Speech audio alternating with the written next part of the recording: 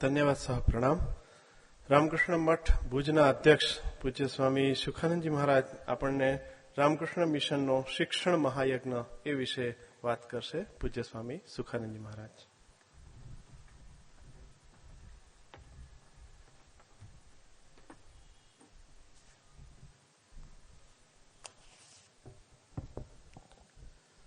ઓમ સ્થાપકાય ચ ધર્મસ્ય સર્વધર્મ સ્વરૂપિણે અવતાર વરિષ્ઠાય રામકૃષ્ણાય તે નમઃ.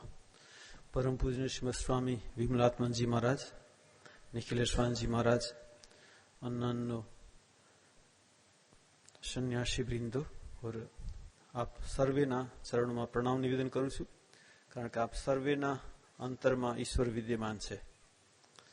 मने शिक्षण महायज्ञनो विषय आपवामां आव्यो छे, कारण के हूँ घणा वर्षो सुधी स्कूल में ज हतो. पश्चिम बंगाल में जे हतो ते स्कूल में काम करवानो मने लाभ मळ्यो हतो. એટલા માટે પહેલા હું તમને ડાટા આપું છું. અમારે કેટલા એજ્યુકેશન સેન્ટર છે અને કેટલી કોલેજ છે. આપણે રામકૃષ્ણ મઠ મિશનના 748 એજ્યુકેશન સેન્ટર છે. 12 કોલેજ છે, 22 હાયર સેકન્ડરી સ્કૂલ છે, 41 સેકન્ડરી સ્કૂલ છે, 135 અન્નાનો ગ્રેડની સ્કૂલ છે, 4 પોલિટેકનિક છે, 48 વોકેશનલ ટ્રેનિંગ સેન્ટર છે, 118 હોસ્ટેલ છે, 7 ઓર્ફેનેજ છે. અને આપણે 18મી ડિસેમ્બરે અમારે વાર્ષિક સાધારણ સભા થઈ હતી 18મી ડિસેમ્બર 2022માં. એના અહેવાલ મુજબ લગભગ આ શિક્ષણનો લાભ 2,67,000 વિદ્યાર્થીઓ લીધો છે. અને મઠ મિશને તેના માટે 451 કરોડ અને 44 લાખ રૂપિયાનો ખર્ચો કર્યો છે.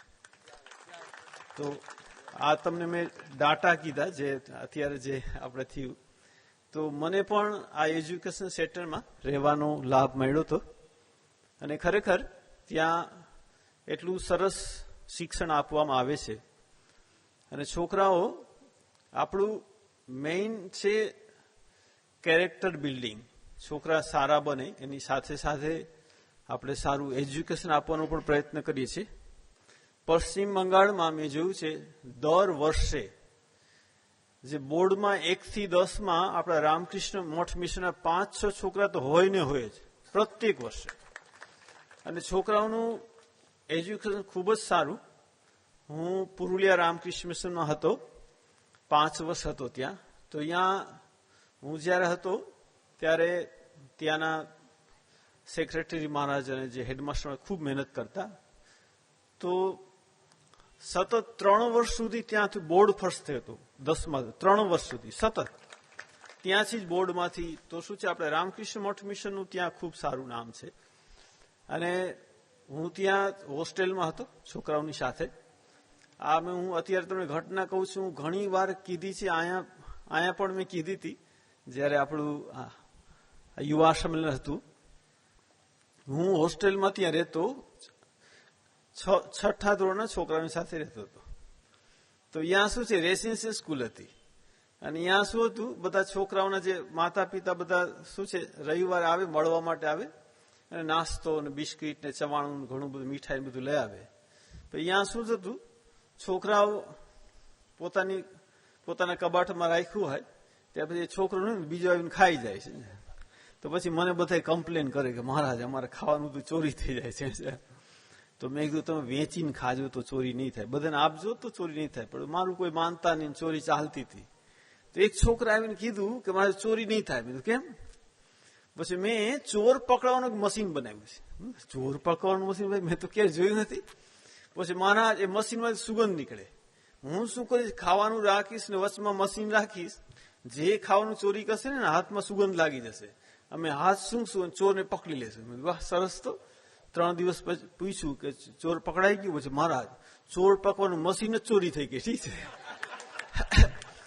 તો હું કહેવા માંગુ છું કે વિદ્યાર્થીઓમાં બધી પ્રકારની બુદ્ધિ છે. ઠીક છે. બુદ્ધિને ઠીક આપણે દિશા આપવી જોઈએ. એટલે રામકૃષ્ણ મઠ મિશન આ કામ કરે છે. ઘણા જ વિદ્યાર્થીઓ સાથે હું મળ્યો. હું સારગાછીમાં પણ હતો.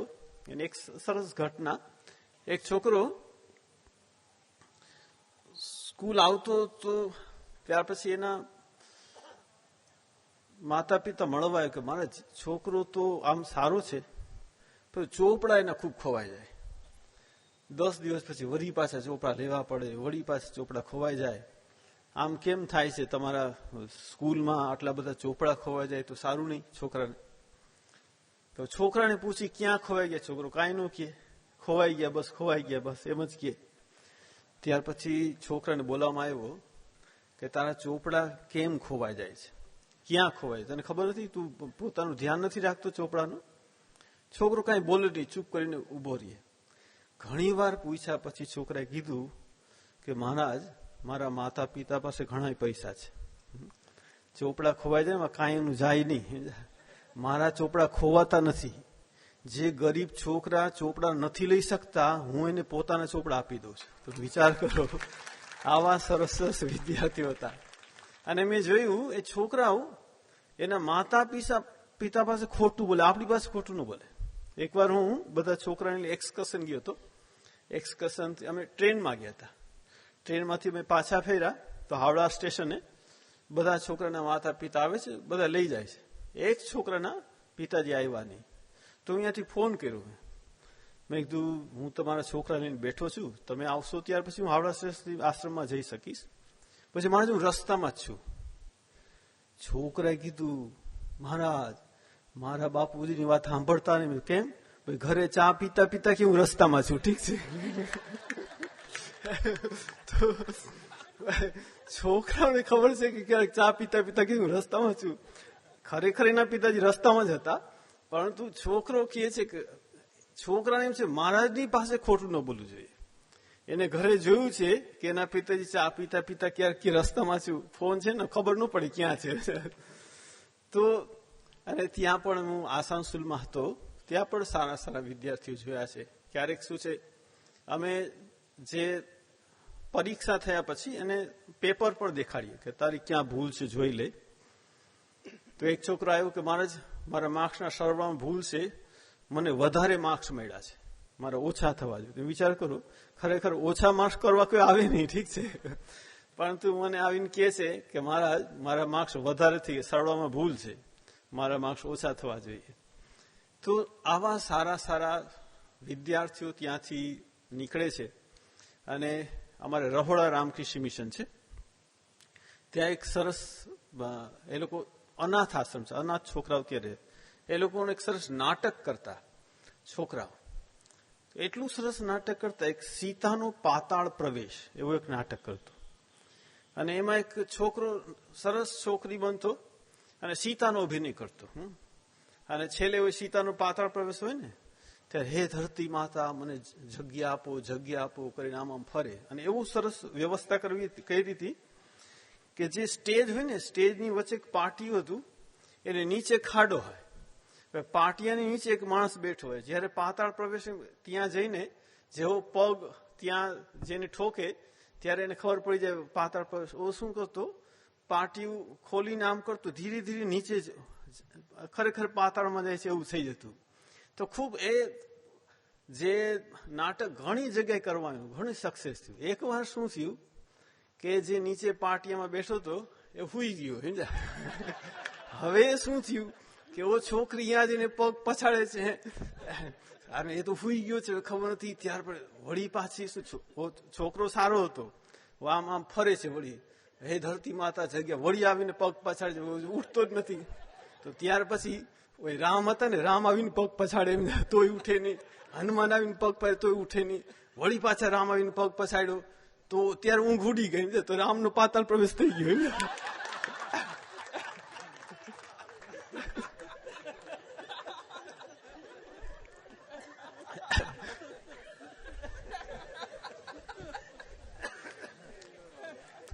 તો આવા સરસ સરસ ત્યાં અમે ઘણા બધા અનુભવ થયા છે.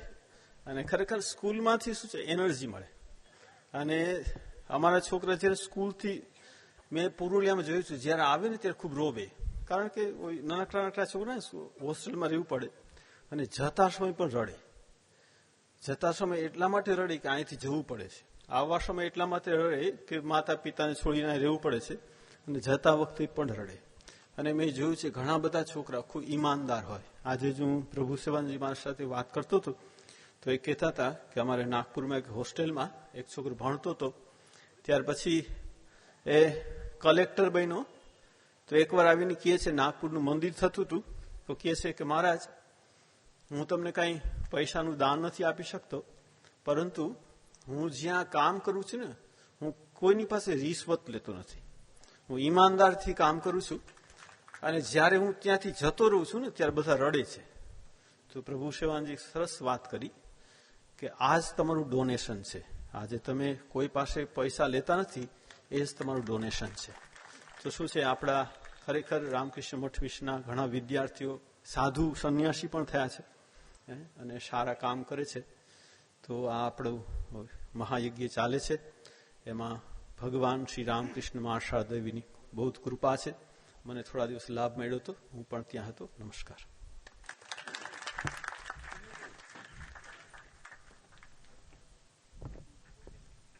પૂજ્ય સ્વામીજીએ સ્વાનુભવ વ્યક્ત કર્યા. પ્રણામ. રામકૃષ્ણ મિશન અને રાહત કાર્ય એ વિષય ઉપર પૂજ્ય સ્વામી ગુણાશ્રયનંદ મહારાજ, રામકૃષ્ણ મિશન લીમડીના સચિવ, એ પ્રસ્તુત કરશે. પૂજ્ય સ્વામી ગુણાશ્રયનંદ મહારાજ.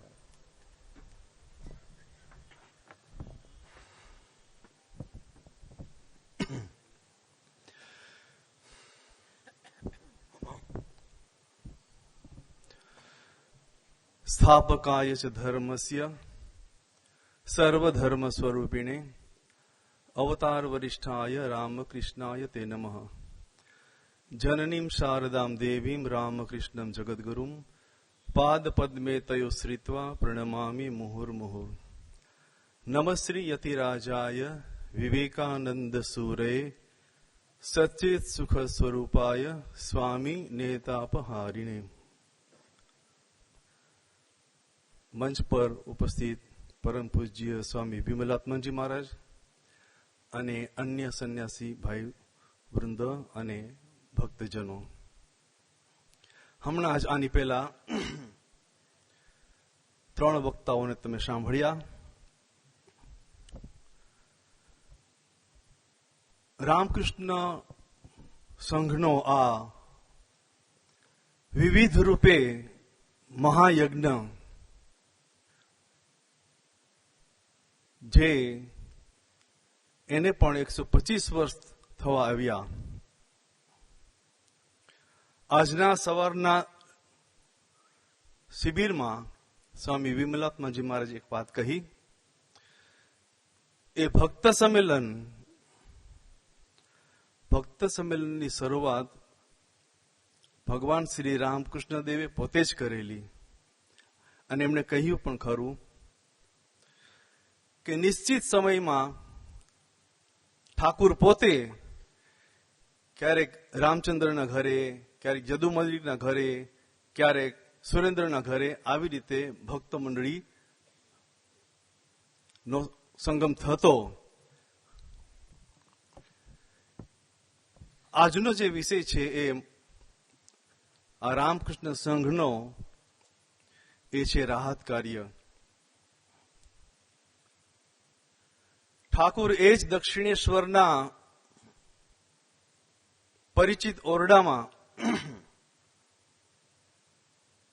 અર્ધબાહ્ય અવસ્થામાં કંઈક બોલી રહ્યા છે. અને ત્યારે કેટલાક નવજુવાનો, એમાં નરેન્દ્ર અને બીજાઓ પણ હતા, ઠાકુર અર્ધબાહ્ય અવસ્થામાં બોલે છે. શું કહે છે? નામે રુચિ જીવે દયા और વૈષ્ણવ સેવા. એટલે કે નામમાં રુચિ, જીવોની દયા, વૈષ્ણવ સેવા. થોડી વાર પછી વળી પાછું આ જ વાક્ય બોલતા સુધારીને બોલે છે, ના ના ના, નામે રુચિ જીવે દયા. કેમ? જીવે દયા નહીં, જીવોની સેવા. તો આપણે ઠાકુર દ્વારા જ શિવ જ્ઞાનથી જીવ સેવા નો આ આદર્શ અને આજે આટલા વર્ષો પછી એ મૂર્તિમંત સ્વરૂપે આપણે જોઈ રહ્યા છીએ. નરેન્દ્રએ આ વાક્ય સાંભળ્યું, એને કંઈક તથ્ય લાગ્યું કે આમાં કંઈક માલ છે, આ વાક્યમાં કંઈક. કારણ કે ઠાકુરે નામે રુચિ જીવે દયાની જગ્યાએ જીવ સેવાનો ઉપયોગ કર્યો. ત્યારે જ નરેન્દ્રએ કહ્યું, સમય આવીએ આ આદર્શને હું સમગ્ર જગતમાં ફેલાવી દઈશ. અને આપણે જોઈએ છીએ અત્યારે ન જાણે કેટલા કેટલા આશ્રમોમાં આ સેવા યજ્ઞ ચાલે છે. બીજી એક ઘટના કે જે ઠાકુર દ્વારા જ આ રાહત કાર્યના બીજ રોપાયા હોય એમ, દેવઘર વૈદ્યનાથના દર્શન માટે મથુર બાબુનો કાફલો, જાત્રાનો કાફલો નીકળ્યો છે ઠાકુરને લઈને. કાફલો આગળ જાય છે, જાત્રાનો બધી જ વ્યવસ્થા સાથે છે. તમને ખબર છે એ જમાનામાં બધું સાથે રાખવું પડતું. કાફલો ત્યાં પહોંચે એ પહેલા રસ્તામાં ઠાકુરે કેટલા ગરીબ ગુરબાઓને જોયા, જેના ઉપર શરીર પર બરાબર કપડા નથી, ખાવાનું નથી. આવા ખૂબ જ ગરીબ લોકોને જોયા. મથુર, આના માટે તું કંઈક કર, મારાથી આ જોવાતું નથી. મથુર કહે છે, બાબા હજી તો આપણે આપણો આ સંઘ જાત્રા પહોંચ્યો નથી, હજી તો ઘણા એવા લોકો રસ્તામાં મળશે, ચાલો ચાલો આપણે આગળ. ના મથુર, મારાથી એક ડગલું પણ આગળ નહીં વધાય, તું કંઈક કર આના માટે, તમે એકટા કરો. ઠાકુરની આ જીદમાં એક મોટો વિરાટ એક આદર્શ રહેલો છે, એ શિવ જ્ઞાનથી જીવ સેવાનો આદર્શ. પછી તો મથુર બાબુએ ઠાકુરજીના કહેવાથી એ લોકોને કપડા લતા અને ખાવા પીવાનું આપ્યું. જેમ સ્વામી વિમલાત્મજી મારે સવારે કીધું, આ બધું જ ઠાકુર પોતે પોતાના હસ્તે કરી ગયા છે. અને સમય જતા બીજી એક ઘટના આપણે સૌ જાણીએ છીએ કે બંગાળમાં પ્લેગ ફાટી નીકળેલો હતો, લોકો ટપોટપ મરતા હતા. ત્યારે નાનું એવું સ્વરૂપ રામકૃષ્ણ મિશન આ સેવા કાર્ય કરી રહ્યું હતું. સ્વામીજી એ જ બેલુર મઠની જગ્યામાં છે. સેવકોએ આવીને કહ્યું, સ્વામીજી સેવાનું કાર્ય કરવું થોડું મુશ્કેલી છે, પૈસા ખૂટી ગયા છે, આગળ કેમ વધવું, અમને માર્ગદર્શન કરો. સ્વામીજીએ એક પણ પળનો વિચાર કર્યા વગર કીધું કે નવી જમીન જે ખરીદી છે એને વેચી કાઢો. એક પણ પળનો વિચાર ન કર્યો. પણ આપણે સૌ જાણીએ છીએ, માની પાસે આ વાત ગઈ. માએ કીધું નરેનને કે આ જમીન વેચવી નહીં પડે, કારણ આ જ જમીન ઉપરથી એક વખત સમગ્ર વિશ્વમાં લોકોની સેવાનું કાર્ય પ્રસરશે. અને ભાગ્યે એ જમીન વેચવી ન પડી, બીજી વ્યવસ્થા થઈ ગઈ અને એ રાહત કાર્ય, પ્લેગનું રાહત કાર્ય ચાલુ થયું. તો આપણે જોઈએ છીએ ઠાકુરના એ જ પાયામાં જે બીજ રોપેલા, ધીરે ધીરે ધીરે સ્વામી વિવેકાનંદે એમને મૂર્તિબંધ સ્વરૂપ આપ્યું, એક સંસ્થાના રૂપમાં. સ્વામીજી વિચારતા હતા, સ્વામીજી કહ્યું કે જો આ કાર્યને આપણે વ્યવસ્થિત રીતે કરવું હોય તો એક સંસ્થાની જરૂર પડશે. સ્વામીજી પેલા ડરતા હતા કે રખેને એક બીજો વાળો ઉભો થઈ જાય, પરંતુ જ્યાં આદર્શની વાત હોય ત્યાં બધું જ મનમેળ બેસી જાય. અને એ રીતે સ્વામી વિવેકાનંદે પછી એને સુચારુ રૂપથી આ બધી સેવાના કાર્યો ચાલે. બહુજન હિતાય બહુજન સુખાય, આત્માના મોક્ષાર્થને માટે અને જગતને હિતાયને માટે જે કંઈ કાર્ય થવાના હોય એના માટે એક સ્થાયી સંસ્થાની જરૂર હોય. એટલે રામકૃષ્ણ મિશનની સ્થાપના કરી અને જેમ સ્વામી નિખિલેશ્વરજી મહારાજ સવારે કહ્યું તેમ એક લોગો બનાવવામાં આવ્યો અને એ લોગામાં આ ચારેય આદર્શોનો સમન્વય કરવામાં આવ્યો અને એક સંસ્થા ઉભી થઈ, જેને આજે 125 વર્ષ પણ થવા આવ્યા છે. અને આટલા મોટા સમયગાળામાં ન જાણે કેટલા બધા કેન્દ્રો, આશ્રમો, મંડળો શરૂ થયા અને શ્રી રામકૃષ્ણ દેવના એક જ આદર્શ શિવ જ્ઞાન જીવ સેવા. સ્વામીજી જેમ કહેતા તેમ બહુજન હિતાય બહુજન સુખાય આત્માનો મોક્ષાર્થમ જગત હિતાય જ. આ બધા જ આદર્શો આપણે તે જોઈ રહ્યા છીએ. સ્વામી વિવેકાનંદ ત્યાર પછી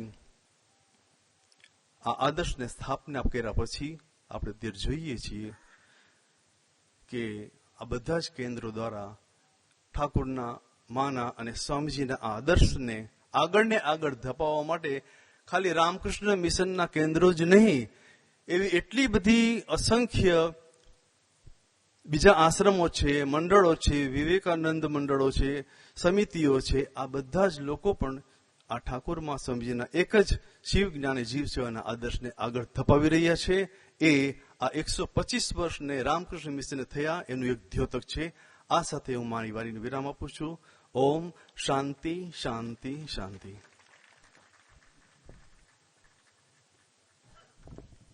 પ્રણામ સાથે ધન્યવાદ.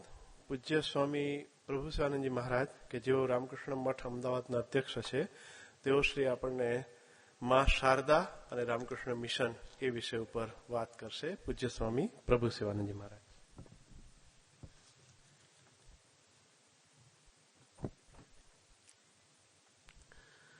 ओम यथाग्ने दाहिका शक्ति रामकृष्णे स्थिताया सर्वविद्या स्वरूपां ताम शारदां प्रणमाम्यहम्.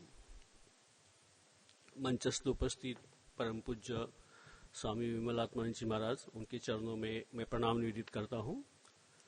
श्रद्धेय स्वामी निखिलेश्वरानंद जी महाराज, श्रद्धेय आत्मदीपानंद जी महाराज और उपस्थित सभी सन्यासी वृंदों को मेरा प्रणाम.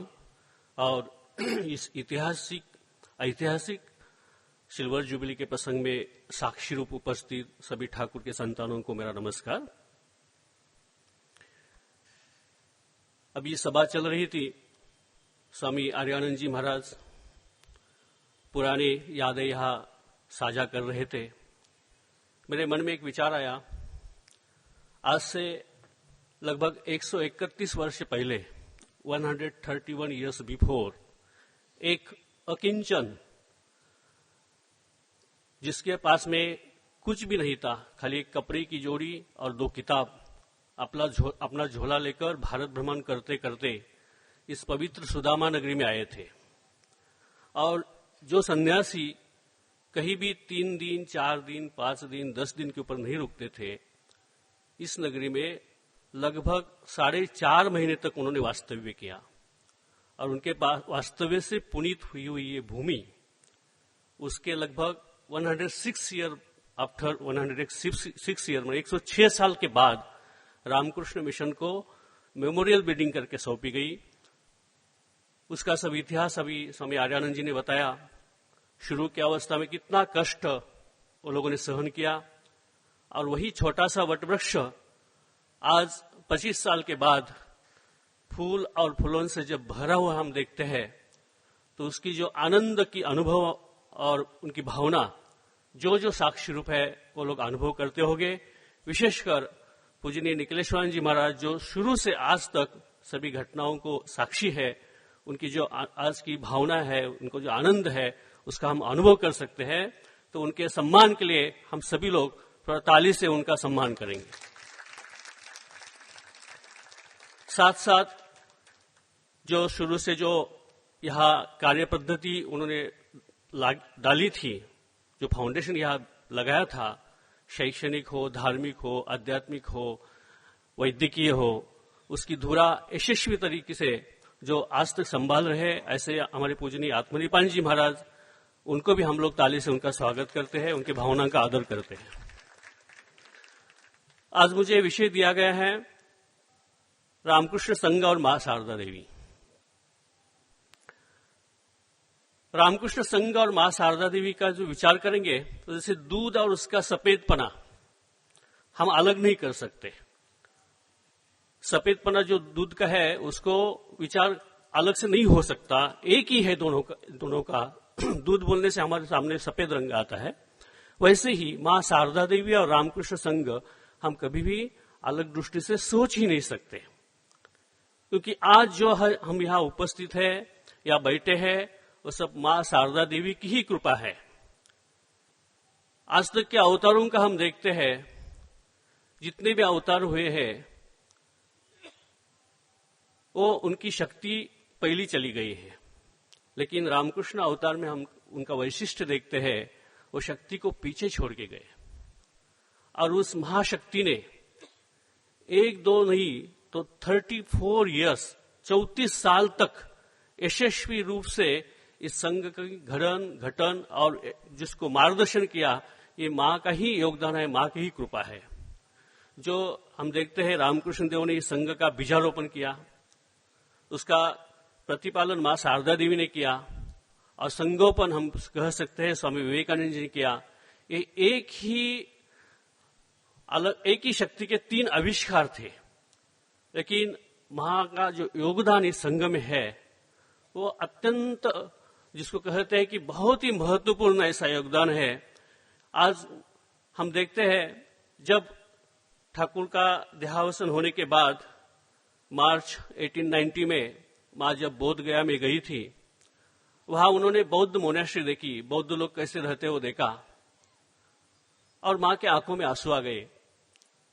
वो कहने लगी, ठाकुर तुम आए, इतनी लीलाएं की, इतनी साधनाएं की, इतना ज्ञान दिया, सब कुछ किया, और तुम्हारे संतान आज उनको रहने के लिए जगह भी नहीं है, वे कैसे इधर उधर भटक रहे हैं, तो उनके लिए रहने का मकान हो, उनके खाने पीने की सुविधा हो, ऐसा कुछ करो।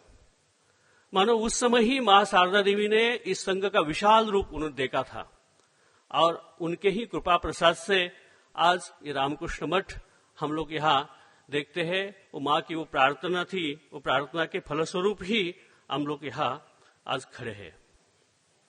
जैसे हम देखते हैं रामकृष्ण देव ने स्वामी विवेकानंद जी को, नरेंद्र नाथ को इस संघ के नायक के रूप में उनको तैयार किया था। उनको कहा था, अपनी शक्ति उनको दी थी और कहा था, नरेंद्र आज मैं मेरी पूरी शक्ति तुमको देकर मैं फकीर हुआ हूं, तुमको जगन मां का बहुत बड़ा कार्य करना है। मां के बारे में भी ठाकुर ने ऐसा ही किया था। एक दिन की घटना है, काशीपुर में ठाकुर लास्ट स्टेज में थे, तो मां की तरफ वो एकदम टकटकी लगाकर देख रहे। तो मां तो होशियार थी, बुद्धिमती थी। उन्होंने कहा, क्या क्यों जी कुछ कहना चाहते हो? तो ठाकुर ने कहा, हाँ हाँ मुझे कुछ कहना है। देखो तुमको बहुत कुछ करना है, बहुत कुछ अभी बाकी है। तो मां कहने लगी, मैं तो एक औरत हूं, लज्जा पटावरता हूं, मैं क्या कर सकती हूं? ठाकुर ने कहा, तुमको करना ही पड़ेगा, बहुत कुछ करना है, मैं तो अल्प सा करके जा रहा हूं, तुम्हें बहुत कुछ करना है। तो देखते हैं हम लोग मां ने कितना किया। आज जो संघ की कई ऐसी हमारे पद्धतियां है, जो नियम है, जो आज जो कार्य पद्धति है, वो मां के कारण ही है। मां ने बहुत विशाल कार्य किया। ठाकुर ने उनको कहा था, देखो कलकत्ता के लोग जैसे कीड़े जैसे तड़प रहे हैं, उनको तुमको देखना है। कलकत्ता एक प्रतीक रूप में था, पूरे विश्व को उनको देखना था। और आज भी मां ये संघ के द्वारा पूरे विश्व का कल्याण कर रही है, इसमें कोई संशय नहीं है।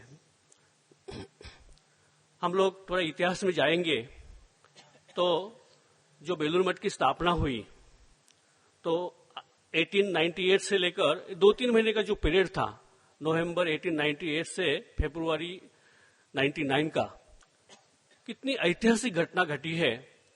उसमें मां का कितना योगदान था हम देखते हैं। जब स्वामी विवेकानंद जी ने बेलूर मठ की जगह ली तो उस जमीन के ऊपर मां जब पहली बार गई तो मां की पदधूलि उस जमीन पे जो पड़ी थी वो उठा के आज भी उस पदधूलि की रामकृष्ण मठ के, बेलूर मठ के हमारे मंदिर में उसकी आज भी पूजा होती है।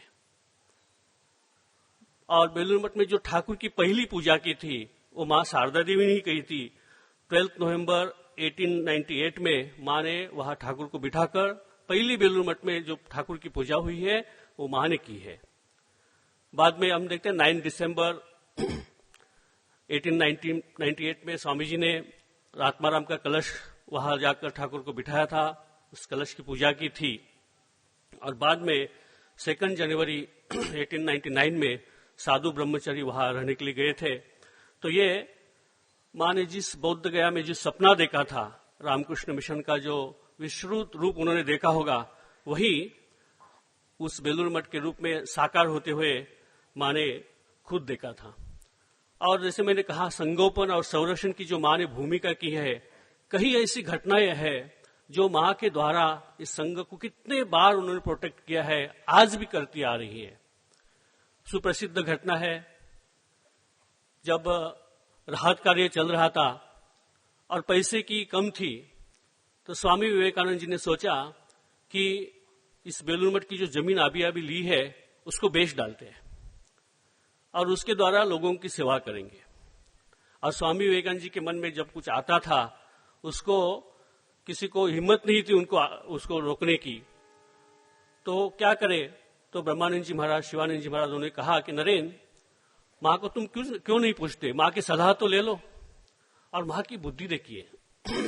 जब स्वामी विवेकानंद उनके पास गए और वो कहने लगे, कितने लोग दुखी है, उनको राहत करने के लिए हमारे पास पैसा नहीं है, हम लोग तो झाड़ के नीचे रह सकते हैं, लेकिन इस जमीन को बेचकर लोगों का हम कल्याण करेंगे। माँ की बुद्धि देखिए। माँ ने जैसे लीगली और प्रैक्टिकली दोनों दृष्टि से स्वामी जी को चुप किया। लीगली कैसे?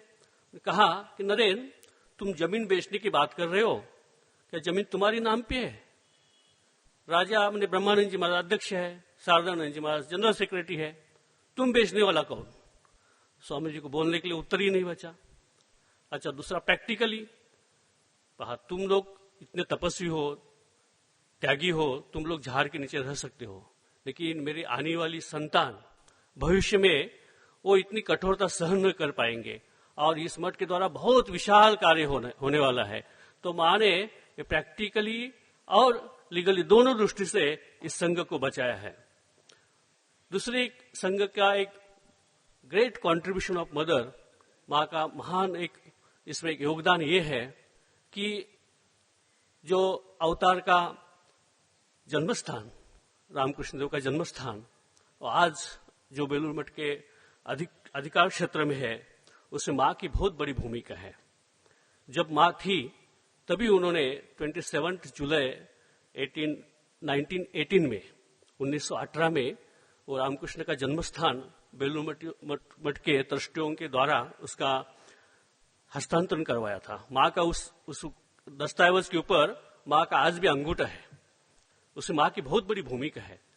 नहीं तो आज हम देखते हैं जो गद्दी परंपरा इतर संप्रदाय में, वो माँ के कारण आज लोग हम इसमें बहुत सौभाग्यशाली है।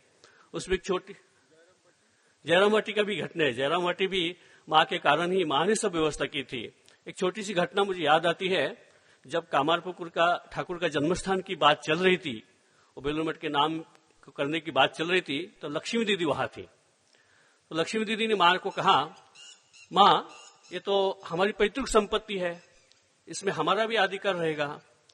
तो माँ ने देखी कितना बुद्धि के साथ, कितना विचार कर लक्ष्मी दीदी को कहा कि देखो बेटी, हम लोग तो गृहस्थी लोग हैं और यहाँ जो आएंगे वो सब सन्यासी लोग रहेंगे, हम लोग ब्राह्मण लोग हैं, ये लोग सन्यासी लोग आएंगे और इसमें हम महिला रहेंगे, सब जाएंगे मिलेंगे, वो तो संभव नहीं है। तो उनको अलग करना ही ठीक है, उनको अलग से ही कर देते हैं और अपनी जो ग्रह देवता है रघुवीर शीतला, उसको हम लोग बेलूर मठ को बोल के उसको बना देते हैं, उसका अधिकार जो उसका इनकम होगा वो तुम लोगों को रहेगा। तो लक्ष्मी दीदी खुश हो गई। तो माँ ने कितनी एक प्रैक्टिकली सोल्यूशन उस समय करके दिया। तो अवतारों का जन्मस्थान आज बेलूर मठ के नाम पे है, इसमें माँ का बहुत बड़ा योगदान है। तो ये माँ का और इसका रामकृष्ण संघ का जो नाता है, जैसे मैंने पहले ही कहा, दूध और उसका सफेदनेस जैसे हम दूर नहीं कर सकते, अलग नहीं कर सकते, वैसे माँ का इसके साथ संबंध है। माँ की बुद्धिमत्ता के बारे में तो हम लोग जितनी चर्चा करेंगे उतनी कम है। एक छोटी सी घटना याद आती है, राममय महाराज जो माँ के साथ बचपन में आए थे, माँ के साथ रहते थे, तो कई बड़े बड़े लोग प्रिंसिपल है, कोई ऑफिसर्स है, माँ के शिष्य थे, माँ के पास में आकर उनको प्रश्न पूछते थे, तो राममय महाराज को डर लगता था। और ये पढ़े लिखे लोग हैं, माँ तो कुछ पढ़ी लिखी नहीं है, माँ क्या उत्तर देगी पता नहीं, ये लोग क्यों नहीं ब्रह्मानंद जी महाराज, शिवानंद जी महाराज के पास जाकर प्रश्न पूछते हैं, पता नहीं माँ अभी क्या होगा। तो देखा जो लोग प्रश्न पूछते थे समाधान के साथ बाहर जाते थे। तो ऐसा माँ का एक कॉन्ट्रीब्यूशन इतना बड़ा है कि हम लोग उसको बुद्धि से समझ नहीं सकते। और एक छोटी सी घटना हमने सुनी थी, हरिद्वार ऋषिकेश में बहुत से साधुओं के अखाड़े हैं, और वहां देखते हैं जब गुरु रहते हैं तब तो उनकी शक्ति से, उनके प्रभाव से सब कुछ ठीक होता है। बाद में उस संपत्ति के लिए, गद्दी के लिए थोड़ा पार झगड़ा होता है। तो कई बार साधु लोग, हमारे एक स्वामी जी, वरिष्ठ स्वामी जी, उनको कहते थे, स्वामी जी आपके इतने सैकड़ों सेंटर्स है, हजारों के साधु संख्या में साधु है, लेकिन आप लोग कभी झगड़ते नहीं, सब कुछ कहीं मालमत्ता के लिए, प्रॉपर्टी के लिए कोई झगड़ा नहीं, आप लोग कैसे रहते हैं? तो उन्होंने कहा कि आके देखो। तो एक अखाड़े के साधु हमारे हरिद्वार के आश्रम में गए थे, कनखल में, देखा वहां माँ का भी फोटो है। अरे आप लोगों को एक माँ है, इसलिए आप लोग सेफ है, यहाँ कोई झगड़ा नहीं, क्योंकि घर में जो भी होता है उसको माँ ही संभाल लेती है।